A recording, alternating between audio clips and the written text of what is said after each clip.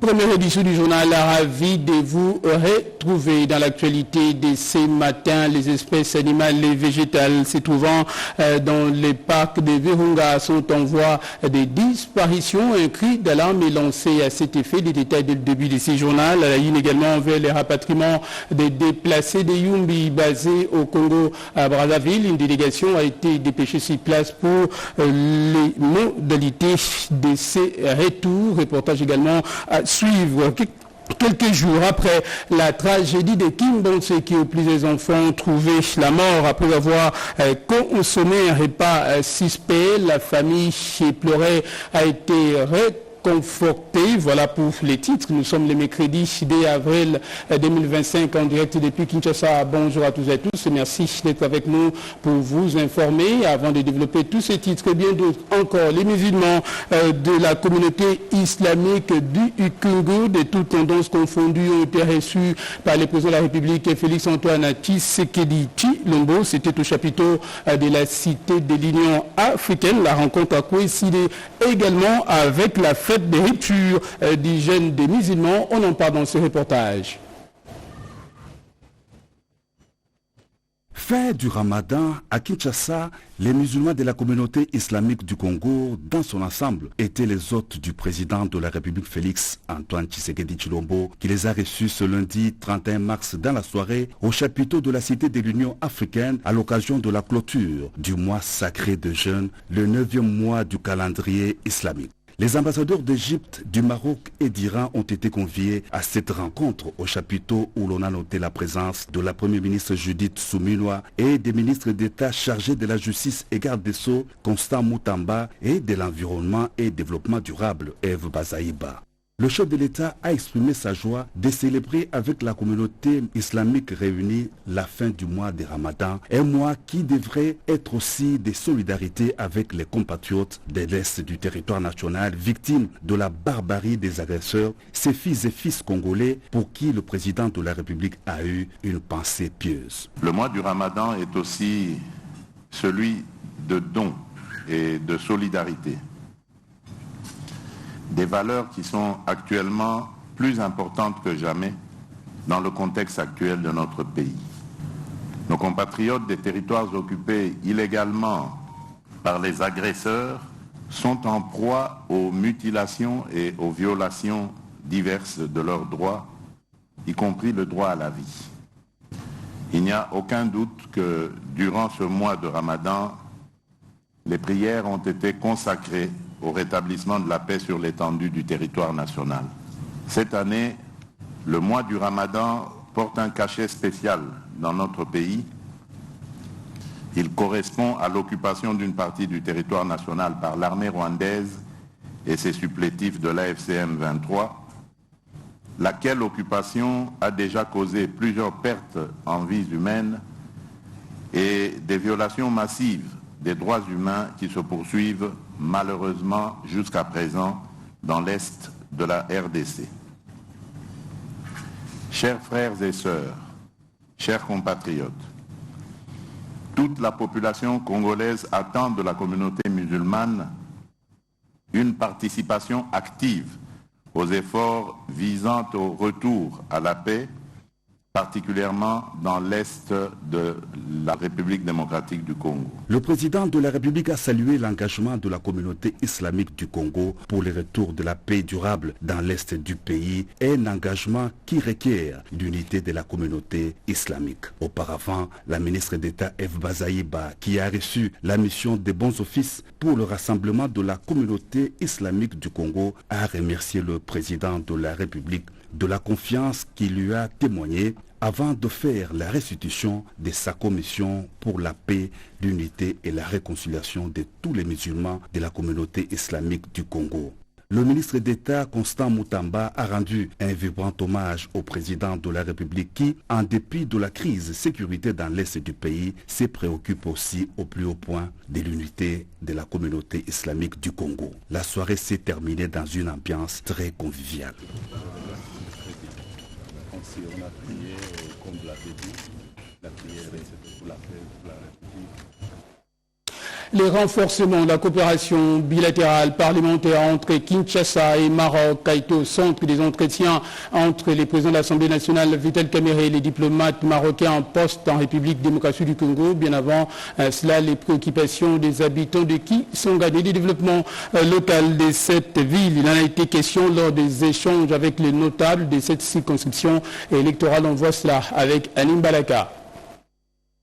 Dans le cadre du renforcement des liens diplomatiques et parlementaires entre la République démocratique du Congo et les royaumes du Maroc, le président de l'Assemblée nationale de la RDC, le professeur Vital Kamerhe, a reçu l'ambassadeur du Maroc en RDC. À l'issue de leur rencontre, les deux personnalités ont convenu de créer un groupe d'amitié parlementaire. Cette initiative vise à promouvoir la coopération bilatérale et à faciliter les échanges d'expériences législatives entre les députés congolais et marocains. Le président de l'Assemblée nationale a souligné l'importance de cette initiative. Cette coopération parlementaire entre la RDC et le Maroc est une opportunité précieuse pour renforcer nos liens historiques et bâtir un partenariat solide au bénéfice de nos deux peuples.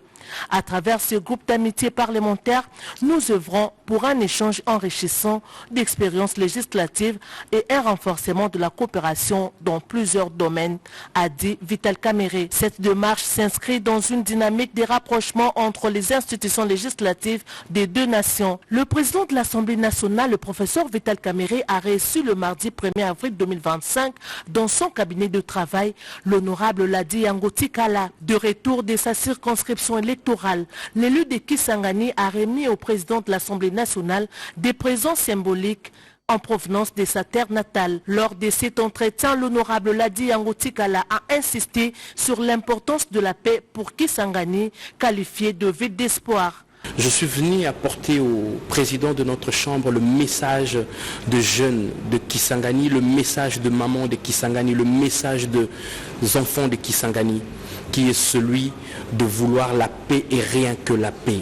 Nous sommes passés présenter à l'honorable président de notre chambre le cadeau que les enfants de Kisangani lui ont envoyé, la symbolique de la chite Wagenia, ainsi que le t-shirt que tout le Boyomé porte où se mentionner Kisangani Inapita Boulayanu. Le président de l'Assemblée nationale Vital Kamerhe a salué ce geste et réaffirme son engagement en faveur de la paix et de la stabilité dans l'est du pays.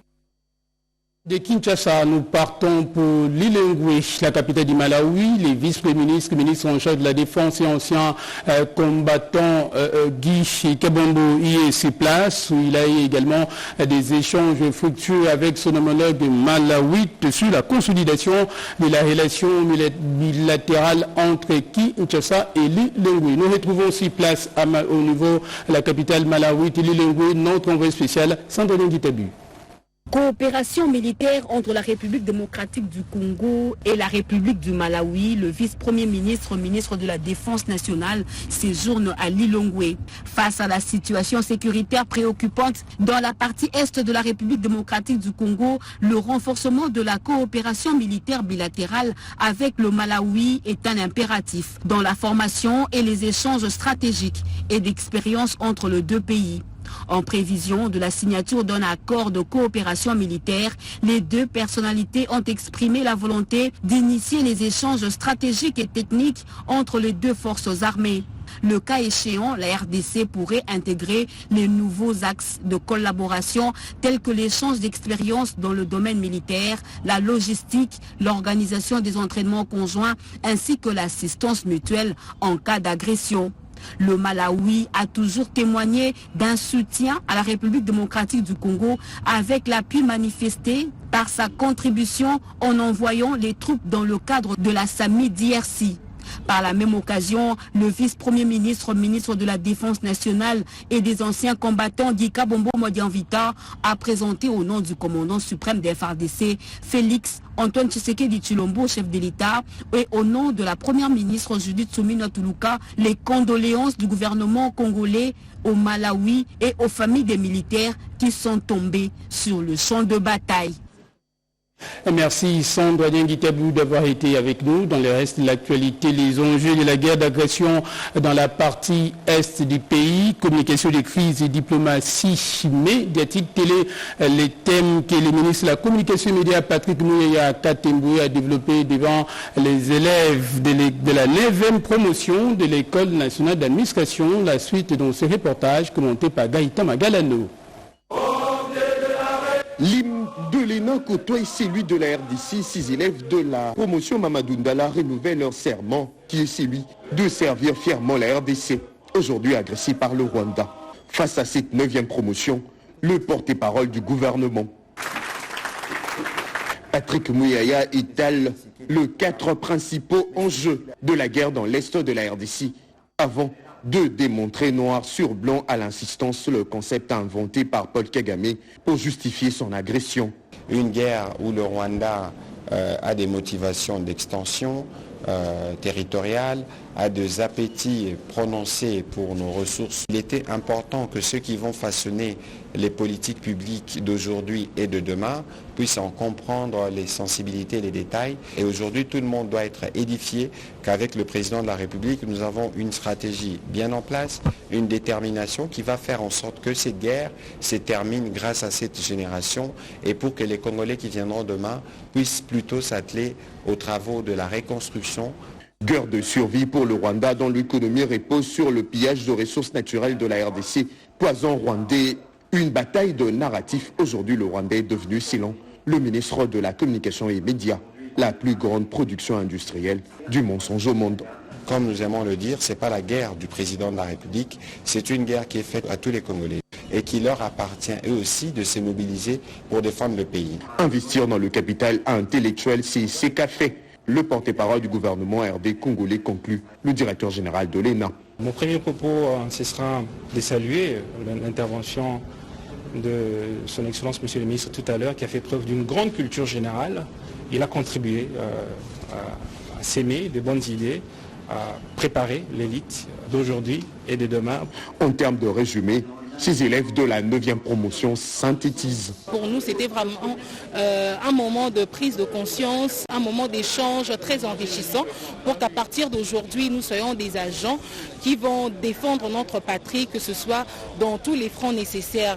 Nous profitons de cette occasion pour dire à nos frères qui nous suivent que nous pensons à eux et que nous faisons tout ce qu'il y a à faire pour apporter sa brique à cet édifice-là.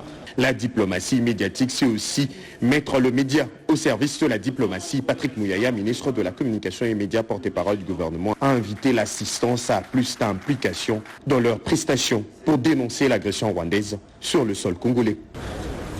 L'édition sommaire de cette édition, les espèces végétales et animales du parc national des Virunga sont en voie de disparition suite à la guerre d'agression dans la partie est du pays. Le directeur général de l'Institut congolais pour la conservation de la nature a tiré la sonnette d'alarme lors des échanges qu'il a eu avec les diplomates allemands en poste en République démocratique du Congo. Reportage est signé Eric Kabomba. Les parcs nationaux de Kaouzi-Biega dans la province du Sud-Kivu, de plus en plus délaissés par les touristes. Le site, toujours sous les coups de menaces, est aujourd'hui en proie de l'insécurité criante depuis l'invasion du groupe terroriste M23 soutenu par le Rwanda. Depuis, ce parc a perdu plus de la moitié de sa biodiversité et les éco-gardes sont tués presque tous les jours par ces groupes terroristes. Le directeur général de l'Institut congolais pour la conservation de la nature, Yves Milangangai, ne compte pas abandonner ces parcs devenus aujourd'hui patrimoine mondial de l'UNESCO. Toujours à la recherche de moyens pour sauvegarder ces terres protégées, il a au cours de ses échanges avec l'ambassadeur allemand sollicité l'appui de Berlin. Dans son plan de sauvegarde, Yves Milangangai a proposé l'ouverture d'un couloir écologique Kinshasa-Kivu pour tenter de sauver toutes les espèces qui se trouvent au sein de ces parcs. Un projet que l'Allemagne a promis de donner un coup de main. Pour nous, c'est très important de savoir la position du gouvernement, même si les circonstances sont difficiles. Mais aussi sur, comme vous voyez ici, le couloir vert, on a parlé quand même sur des autres projets, des grands projets. Faute de visiteurs, les revenus de ces parcs sont revus à la baisse et le tourisme disparaît déjà petit à petit.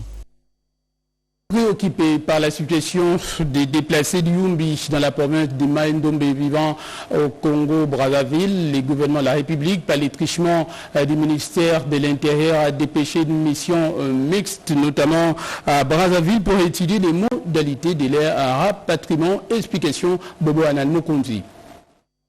En réponse aux inquiétudes soulevées par les autorités du Congo-Brazzaville lors des sessions de la commission mixte de défense et sécurité avec la République démocratique du Congo sur les retours des Congolais de la RDC réfugiés au Congo-Brazzaville, une mission d'experts de la République démocratique du Congo a été diligentée par le vice-premier ministre, ministre de l'Intérieur et Sécurité, Maître Jekme Chabani, afin de palper la situation des réfugiés et déplacés. La mission a également mené des investigations sur les conditions de retour de près de 18 304 réfugiés et 2903 déplacés congolais ayant fui les violences de la cité de Bolobo à cause des conflits intercommunautaires entre les peuples Nounou et Teke. Au Congo-Brazzaville, les représentants de ces deux parties ont visité 2 sites sur 4 prévus, à savoir les sites d'Engabe et celui de Bwemba. Sur place, cette délégation a fait un constat amer des conditions de vie de ces déplacés en provenance de Kwamont, de Yumbi, de Bolobo, de Makotipoko et de Mpuya. La commission travaille pour assurer votre rapatriement dans de bonnes conditions, vœu du chef de l'État. Pour favoriser une cohabitation pacifique entre communautés, le gouverneur de la province du Maïndombe a appelé la population de ces coins à bannir les conflits et à privilégier la paix et l'unité pour le développement de cette province. Le message que nous avons lancé à la population, le message de paix, le message de l'unité, le message du développement. Le gouvernement congolais s'engage à organiser les retours de ses compatriotes congolais qui vivent en dehors de leur pays d'origine et leur résidence. Et c'est bien avant la convocation du Forum de la paix et réconciliation par le gouvernement. L'actualité, c'est aussi la poursuite qui ou des consultations pour la formation du gouvernement d'union nationale. Pour cette fois, représentants des églises autochtones de l'Union nationale de la presse congolaise, membres de l'opposition républicaine et autres acteurs politiques ont été reçus par les conseils spéciaux du chef de l'État en matière de sécurité. D'autres détails dans ce reportage signé Patience Mboyou. Poursuite des consultations politiques sur les espaces du conseiller spécial du chef de l'État en matière de sécurité, Désiré Cachemire Kolongele, avec les forces sociopolitiques. Dans la soirée, l'église autochtone, les regroupements AAADD conduits par Godard Motemona, l'Union nationale de presse congolaise, quelques personnalités telles que Néné Koulou qui conduit son parti, AFBC, l'honorable Mende Omalanga et autres ont été reçus par le conseiller spécial. Tous, à l'unanimité, sont pour un gouvernement de cohésion nationale fort et capable de fédérer toutes les tendances. Nous venons de réaffirmer notre adhésion à la vision du chef de l'État et nous avons émis nos vœux auprès du conseiller spécial en remettant un mémorandum que nous laissons plutôt la primeur au Conseil spécial pour le président de la République. Il y a eu beaucoup de morts à l'est de notre République. Si nous sommes des Congolais, ce n'est pas la première fois. Nous devons avoir un cœur d'amour pour notre pays. Je voudrais appeler tous mes compatriotes, de la majorité comme de l'opposition, de la société civile et particulièrement les leaders religieux, en ce compris ceux de l'Église catholique et de l'Église protestante. Le Congo n'a rendez-vous avec personne qu'avec lui-même et avec son destin. Je suis venu avec mon parti politique, parti membre de l'opposition républicaine. Et nous avons dit comme priorité pour ce gouvernement mettre fin à la guerre et aussi la récupération des territoires occupés. Ce que nous avons dit au conseiller spécial, ce n'est pas que nous sommes venus pour chercher des postes. Nous sommes venus pour réfléchir sur la manière de remettre la paix dans le pays. Il faut noter que les consultations politiques sont ouvertes et n'excluent personne, car tout Congolais a son mot à dire afin que la paix revienne. À Lissala, dans la Mongala, bien avant de sensibiliser les fonctionnaires sur les régimes et la nouvelle politique de sécurité sociale de la Sainte-Sape, le vice-premier ministre de la fonction publique Jean-Pierre Liaou a procédé à la pose, la première pierre pour la construction du siège provincial de la Caisse nationale de sécurité sociale des agents publics de l'État. C'est du Kédida et Nadine Kilocho pour des reportages. La Caisse nationale de sécurité sociale des agents publics de l'État, Sainte-Sape en sigle, poursuit l'extension de son champ d'action pour se rapprocher davantage de ses affiliés. Ce lundi 31 mars 2025, le vice-premier ministre, ministre en charge de la fonction publique Jean-Pierre Liaou, a procédé à la pose de la première pierre pour la construction du siège de l'agence provinciale de la Sainte-Sape au chef-lieu de la province de la Mongala, Lissala. Cette action posée par le vice-premier ministre Jean-Pierre Liaou en présence des élus nationaux, du gouverneur et des députés provinciaux de la province de la Mongala traduit la ferme volonté du gouvernement sous le leadership du chef de l'État Félix Antoine Tshisekedi Tshilombo de garantir le déploiement de cette caisse dans toutes les provinces de la République. Après cette cérémonie officielle, le vice-premier ministre Jean-Pierre Liaou s'était rendu dans la salle polyvalente de la paroisse Saint-Hermès de Lissala pour sensibiliser les fonctionnaires sur le régime de sécurité sociale de la Sainte-Sape. Au cours de cette réunion, le vice-premier ministre Jean-Pierre Liaou a sensibilisé les fonctionnaires sur la nouvelle politique de sécurité sociale portant sur la retraite de base par répartition, la retraite complémentaire par capitalisation, couverture des risques professionnels et autres. Et en mission dans la province du Congo central, les ministres de la pêche et de l'élevage, Jean-Pierre Chimonga Bouana, pour les comptes du gouvernement central, a remis des intrants et matériels de pêche à plusieurs structures regroupées au sein de l'Union des pêcheurs de Boma au Déponda. C'est un lot important des intrants de pêche que le ministre de la Pêche et Élevage, Jean-Pierre Chimonga Bouana, a remis aux pêcheurs de Boma et Mwanda le week-end dernier. Cette dotation du gouvernement de la République est une première qui a surpris les bénéficiaires, a témoigné la population qui n'a pas tari d'éloges à l'endroit du président de la République Félix Tshisekedi et le gouvernement de la République. Cette campagne de distribution des intrants de pêche aux pêcheurs s'inscrit donc dans la vision du garant de la nation pour bien lutter contre l'importation de produits surgelés sur les marchés congolais et combattre la crise alimentaire. Nous avons servi des sites de Boma, là de Mwanda.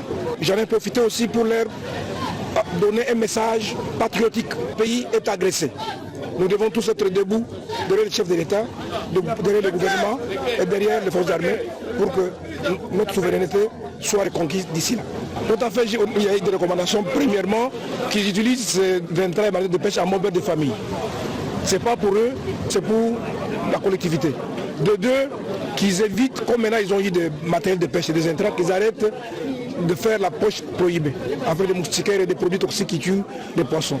Avec cette dotation, en toute convivialité, les pêcheurs de Mwanda et Boma ont promis de travailler pour l'abondance des poissons sur les marchés afin de donner à la population congolaise un repas bio.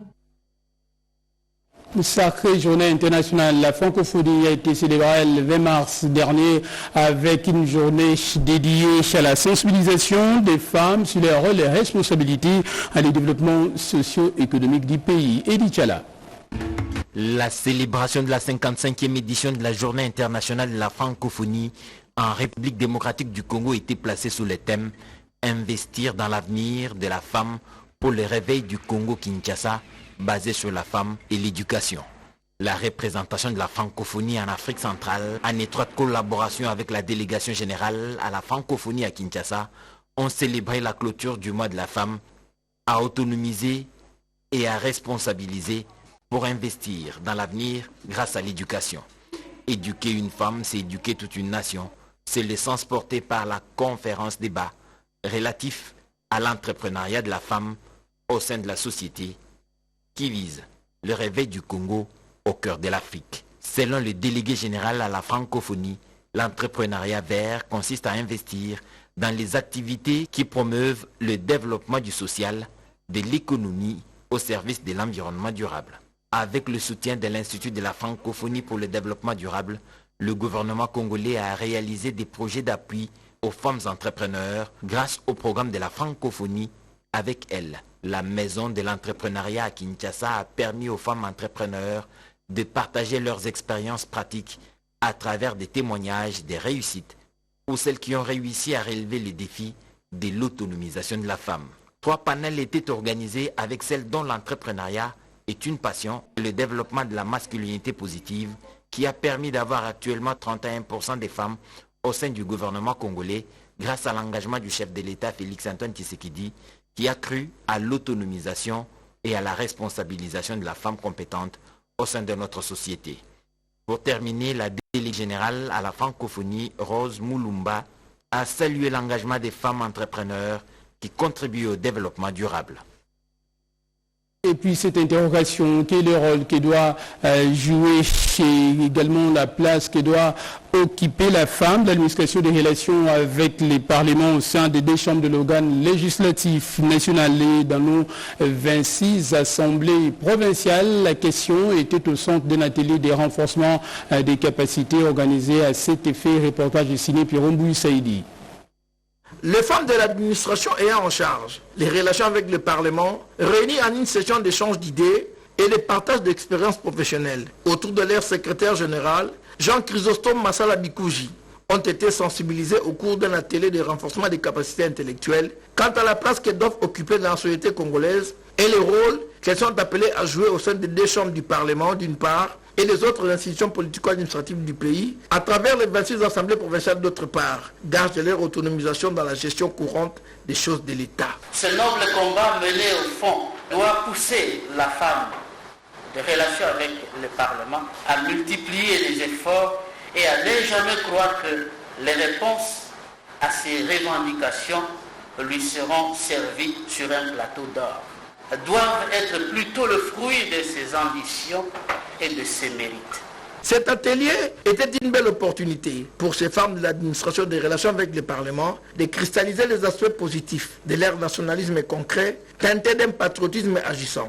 Il a été initié l'opération Ekonzo pour la Mapinga à toutes les administrations et nous, en tant que responsables de l'administration des relations avec le Parlement, nous avons sensibilisé nos agents, nous avons demandé à chacun, de manière libre, à pouvoir contribuer pour l'effort de guerre. Dans la foulée de la tenue des assises de cet atelier de sensibilisation, le secrétaire général en charge des relations avec le Parlement projette dans les jours à venir l'organisation d'une série de sessions de formation, de renforcement des capacités et de mise à niveau des agents et cadres de son administration. Les députés provinciaux de la province du Kwango, du Lualaba ainsi que du Haut-Katanga ont repris les chemins de l'hémicycle, marquant ainsi la fin de quelques mois de vacances parlementaires dans cette partie du territoire national. Reportage. Je déclare ouverte la session ordinaire de mars 2025. La cérémonie solennelle d'ouverture de la session ordinaire de mars 2025 à l'Assemblée provinciale du Haut-Katanga s'est tenue ce lundi 31 mars en présence des honorables députés provinciaux et des autorités politico-administratives de la province. Dans son discours d'ouverture, l'honorable Kaboumamba Michel, président de l'organe délibérant du Haut-Katanga, a abordé plusieurs points essentiels, notamment la sécurité, l'économie, la santé et les sociales. Il a rendu un vibrant hommage au président de la République Félix-Antoine Tshisekedi Tshilombo pour les efforts consentis en faveur du rétablissement de la paix dans les zones occupées par l'armée rwandaise et ses supplétifs du M23 AFC. Il a ainsi exhorté la population haut-katangaise à cultiver un esprit patriotique afin de mettre un terme à l'insécurité persistante. Dans son allocution d'ouverture de cette session ordinaire de mars 2025, basée sur le contrôle parlementaire, l'honorable président de l'Assemblée provinciale du Lualaba, Jean-Marie Kassé, a été on ne peut plus clair. Il a tout d'abord manifesté sa compassion aux victimes de l'agression dans l'est du pays, tout en rendant un vibrant hommage au chef de l'État, Félix-Antoine Tshisekedi, qui fournit les efforts pour ramener la paix. Localement, les fleurs ont été jetées à l'endroit du ministre provincial de l'Intérieur et Sécurité, car l'insécurité tant liée à Koulouzi et à Fongo appartient au passé. Par ailleurs, était demandé au ministre provincial des Infrastructures de d'ardeur pour la des travaux routiers pendant la saison sèche qui pointe à l'horizon. Le volet social, Jean-Marie Kassé a au nom des victimes félicité l'aboutissement de l'indemnisation des habitants du village noir. La session ordinaire de mois de mars 2025 a eu lieu à l'Assemblée provinciale du Congo. Après le quorum largement atteint, l'honorable président de l'Assemblée provinciale du Congo André Massala avec un seul point à l'ordre du jour, la rentrée de la session ordinaire des mois de mars 2025. Avoir donné le temps de remercier à l'avant-plan le chef de l'État Antoine Tshisekedi Tshilombo qui, dans ses efforts, a cherché la paix pour la République démocratique du Congo, pour cette guerre nous imposée par le Rwanda. Et je vous le disais au sommaire de cette édition, une semaine après, tragédie qui a frappé une famille au quartier Nga Boko. Nous sommes là dans la commune de Kimbantseki, entraînant la perte en vie humaine. Le bourgmestre de cette municipalité est allé réconforter la famille éplorée. Reportage signé Anastasie Dumbu. Dans le cadre des préparatifs de 5 enfants décédés dernièrement des suites d'une intoxication alimentaire dans la commune de Kimbantseki, le bourgmestre de cette municipalité, Jean Singanga, a, au nom du chef de l'État, du gouvernement provincial, est allé conforter la famille éprouvée en vue de prendre quelques dispositions pour l'enterrement. Étant le papa de toutes les Kimbansekoises et Kimbansekois, j'ai l'obligation de courtoyer cette famille en détresse au nom du chef de l'État, Félix Antoine Tshisekedi Tshilombo, qui n'a pas eu le temps de venir visiter cette famille. Par le biais du bourgmestre que je suis, de visite à cette famille éprouvée. Cette histoire, c'est une histoire vraiment déplorable. Je pense que tout Kinshasa est saisi de cette situation. La famille qui a perdu 5 enfants, c'est celle qui est derrière moi. Ça nous a tellement pris du temps. Je me suis dit, nous devons finir une fois pour toutes. Et cette affaire maintenant, c'est l'un moment. Donc, j'ai obligé de faire. Là, dès qu'on quitte ici, nous allons nous arranger pour embaumer le corps des enfants et les acheminer à l'inhumation. Rappelons que les enfants, 8 au total, prenaient leur repas à l'absence de leurs parents. L'incident s'est produit sur l'avenue Ndona, dans les quartiers. Tous se sont sentis mal après avoir consommé du riz. Transférés à l'hôpital de Sœurs de 3 ont pu être sauvés. Ces survivants ont été évacués aux cliniques universitaires pour une prise en charge plus adéquate, a indiqué le bourgmestre de cette commune. Et pour finir, une délégation de la société Robon qui est allée au chevet des anciens lépreux tuberculeux ultra résistantes et internés à l'hôpital de la Précision dans ce rapport de Panda. Après le lancement de l'année mondiale de lutte contre la tuberculose et la cure du mois de la femme, le budget des affaires sociales de Franck Rythme s'est rendu au site des anciens lépreux à l'hôpital de la Rive avant les échanges avec les filles. Enfants des ascensionnés de ce site Rythme avec les locaux. Des cadeaux constitués ont été distribués aux filles couturières pour leur permettre de se prendre en charge. Même geste à l'endroit des lépreux. Les malades du centre d'excellence d'Amiens se trouvant dans cette même concession aux côtés de lépreux se trouvant dans une phase ultra-résistance et multi-résistance sont pris en charge totalement par l'ONG d'Amiens. Il faut signaler que Mme Chey, le docteur Patrick qui a représenté le représentant de l'action d'Amiens et le docteur Luc Lucasso, médecin directeur de ce centre SEDA, ont échangé avec Mme Rita Massengo sur le fonctionnement du centre. Le médecin directeur parle de l'essentiel de cette visite. Là, c'est un centre de prise en charge de la tuberculose pharmaco-résistante en hospitalisation. C'est-à-dire que nous recevons tous les malades qui sont pris en charge dans la ville de Kinshasa qui ont un problème d'hospitalisation pour la tuberculose pharmaco-résistante. Nous sommes un projet social, c'est-à-dire que tous les patients ici ils ne payent rien. Nous prenons tout en charge. Des échanges se sont poursuivis avec les anciens malades de ce centre regroupés autour d'une association de victorieux de la tuberculose ultra-résistante. Grand était le plaisir pour nous de vous présenter cette première édition du journal sur notre antenne. Merci de votre fidélité à notre chaîne. Merci également à nos équipes, à la rédaction et en régie, notamment à Pécho, Moubenga, Mamita Bangou, ainsi qu'à grâce à qui puis vous inviter avec nous. La poursuit en français dans les